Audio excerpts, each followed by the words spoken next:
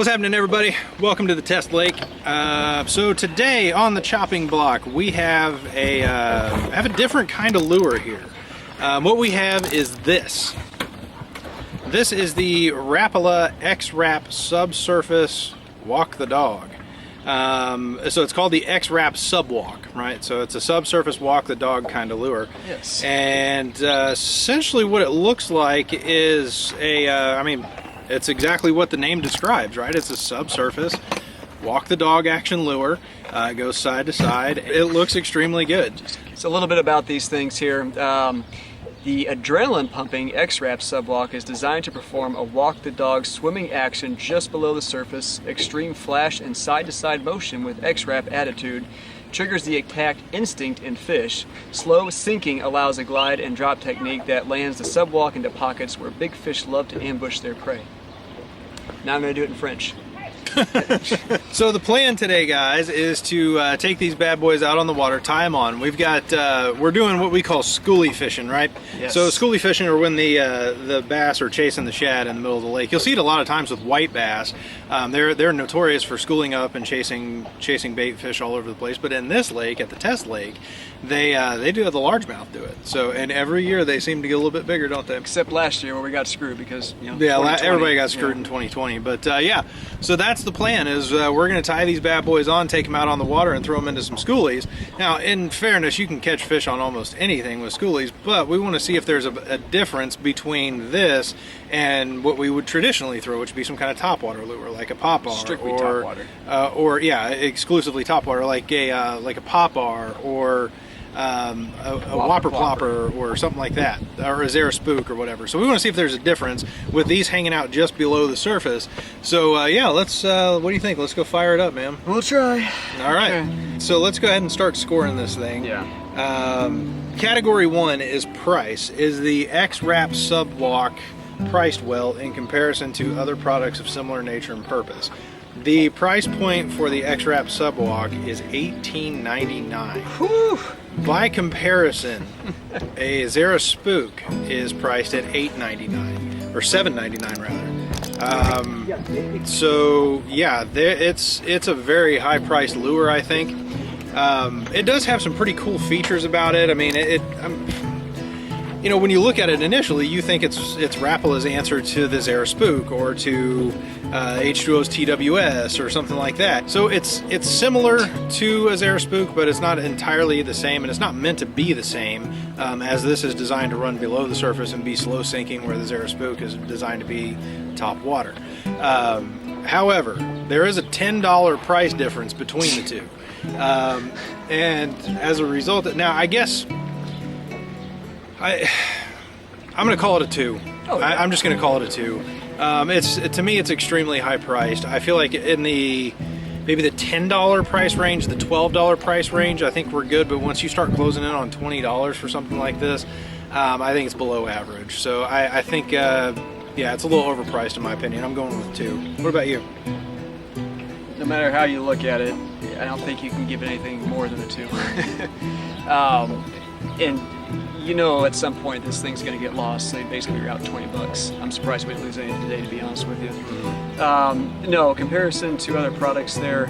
Like you said, in the 10 to 12 range, maybe. I personally think maybe the 8 to 9 range for this thing here. I mean, it's good. It's not a bad lure. It caught fish. I mean, that's what we set out to do. But for $18.95, you can get something. You can get something better than this. Yeah. I don't know. The price point doesn't feel quite right on it. It just feels a little bit high. So yeah, I think 2s for both of us on that is for sure. I think that's probably correct. All right. So next up is its performance. How does this product perform? It's designed to run under the surface. While it's under the surface, it suspends, right? It hangs out a couple inches. It's a slow sinking bait, so if you just leave it sitting there, it's going to fall to the bottom eventually. But once it's under the surface there, you're able to kind of run that same Zara Spook pattern that you would with that lure, but you're able to do it under the surface, right? So what happens there is that it catches a lot of the sunlight reflection and it causes flash, and it's got some rattles in it and stuff like that that are designed to trigger the fish's reaction strike. It's a pretty cool. It's a pretty cool concept, honestly. I think that I think for me, I'll call it above average, just because it seems very unique to me as far as what it does. I think the fact that it hangs out under the surface and does that walk the dog. Actually, you'll see a lot of lures that do walk the dog on top of the water, but to see it underneath the water is, I think it's kind of rare. So I'll go 4 on its performance. What about you? I'm going to be a little more critical. I'm going to go with the average on that. Just right smack dab in the middle with 3. Just purely off of today's results. We caught decent fish on this thing. It wasn't terrible or anything by any means, and it like you said, it's a very, very cool concept. It's just we switched over to just strictly topwater, and I felt like we did much better with that.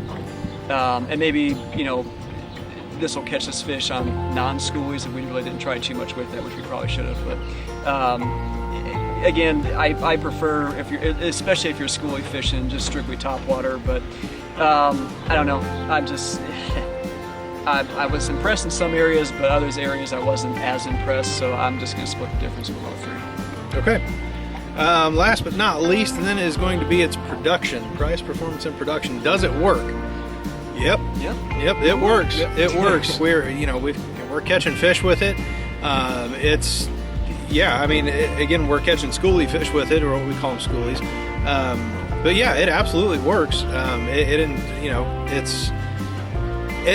Honestly, the comparison though between this and a topwater, I felt like I got, with the fish chasing the shad in the middle of the lake there, I felt like we were more inclined to get strikes from further out with a topwater. Yeah. It just seemed that was the way that it happened more. But yeah, the Subwalk works. It's got a good feel on the other end of the line. You can run it a number of ways. In fact, they say the swimming depth on this thing is meant to be from either 0 to 2 feet, according to the box there. Yeah, I think we're about a foot under from what I could see. Yeah, we were hanging out about a foot under. And the fish that are, when they're chasing shad in the middle of the lake like this, they're just in attack mode anyway. So really, you kind of have to get something in there that's going to divert their attention to what it is that you're trying to throw. I don't know that this thing makes enough flash or even enough splash to do that. Whereas that might be why a pop R or a whopper plopper tends to create a few more strikes than this one did. But it does work. We did catch fish with it. Yeah. As far as my summary of it, I think I'm going to call it average though. Yeah. I don't think it was above average in the strikes that it produced, even when the bass are chasing shad. So I'm calling it average. How about you? Oh yeah, definitely. Like you said, there's really nothing too flashy or on the other side too terrible about it. It's just it was supposed to do. But again, I just keep going back to the price on this thing here. I don't think it was $18.95 worth it. But I don't want to speak too bad on it, but I don't even know what to say here. It's just I prefer the topwater when we're going with the schoolies, and again, I think you can catch bass on this, some big bass in the right settings. Again, I'd like to try this maybe if we do some more shore fishing. Maybe in the fall. Yeah, exactly, when they're trying to get fat for this thing or for the winter. But again, it's not a bad product. It's great. Like saw we caught fish. Just I don't know. I'm just kind of torn on this one here, but just for all intents and purposes, we're just going with 3. Okay. So I can be done with it. Yeah. So, and I think that's kind of the summary of this lure, is that it's... I don't want to say meh, but it's above meh. I would agree. I think it's a tick above meh. Yeah. Yeah, it's certainly a cool concept. I know we've said that over and over again. Yeah. And you look at the thing and it just looks mean.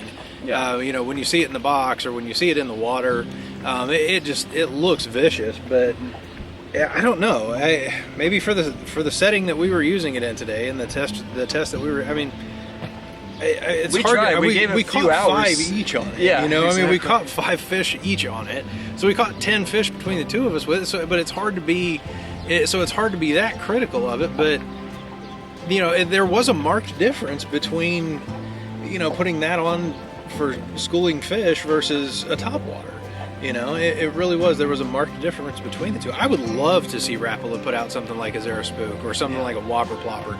I think that would be awesome. And I think, you know, you could probably justify a $13 to $14 price point on it with something like a Whopper Plopper from Rapala. I think they're trying to get the best of both worlds in this thing here. Yeah. Something that sinks, but something that's somewhat top water. Yeah, I do. I think it's got. I mean, it's certainly got its niche as far as where it's gonna catch you the most fish, Right. and it did well for us today.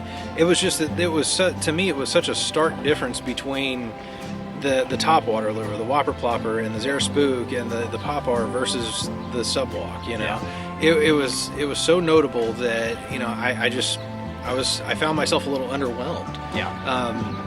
You know, You got high hopes for it. I did, and yeah, like I said, it's almost deceiving because it just looks so freaking good in the box and in the water and all that stuff. Yep. But yeah, that's our conclusion, I guess. My conclusion that it's a tick above meh. Yep. Yeah. it's extremely average with a very high price point. Yep. So. Yep. Yeah. So. All right. So yeah, what we do from here, guys, since we got the 3 categories, we're able to give out as many as 15 possible points to the lure in question. I'm giving away 9. Yeah, I got 8. All right, so that gives us 8.5. 8.5 out of 15 possible points to the Rapala Subwalk, subsurface walk the dog lure. Very cool concept, of course. Really, really interesting. You know, lure. I don't know that the production justifies the price, though. But I don't know. You guys might have better success with it than we did. I mean, again, we caught 10 fish with it. How can we not call that successful? But there are many more opportunities that we could have gotten, I think, if we would use strictly top water. Exactly. If we'd have stuck to top water, we probably would have caught double the fish that we caught today. We caught, what, 21? Yeah. Between the two of us? Good. Yeah, that's going to do it for us here at the test lake with the Rapala Subwalk. Thanks so much for stopping by, guys. Make sure to click like on the video for us. Let us know that you've been here. Hit subscribe down below. Always appreciate the support there. Yeah, we always appreciate the comments and the feedback, so keep that up. And as always, let us know what you want us to review next. Absolutely. We'd love to. Absolutely. Thanks again, guys, for stopping by at the test lake for the KCbassguys. I'm Brandon. I'm Todd.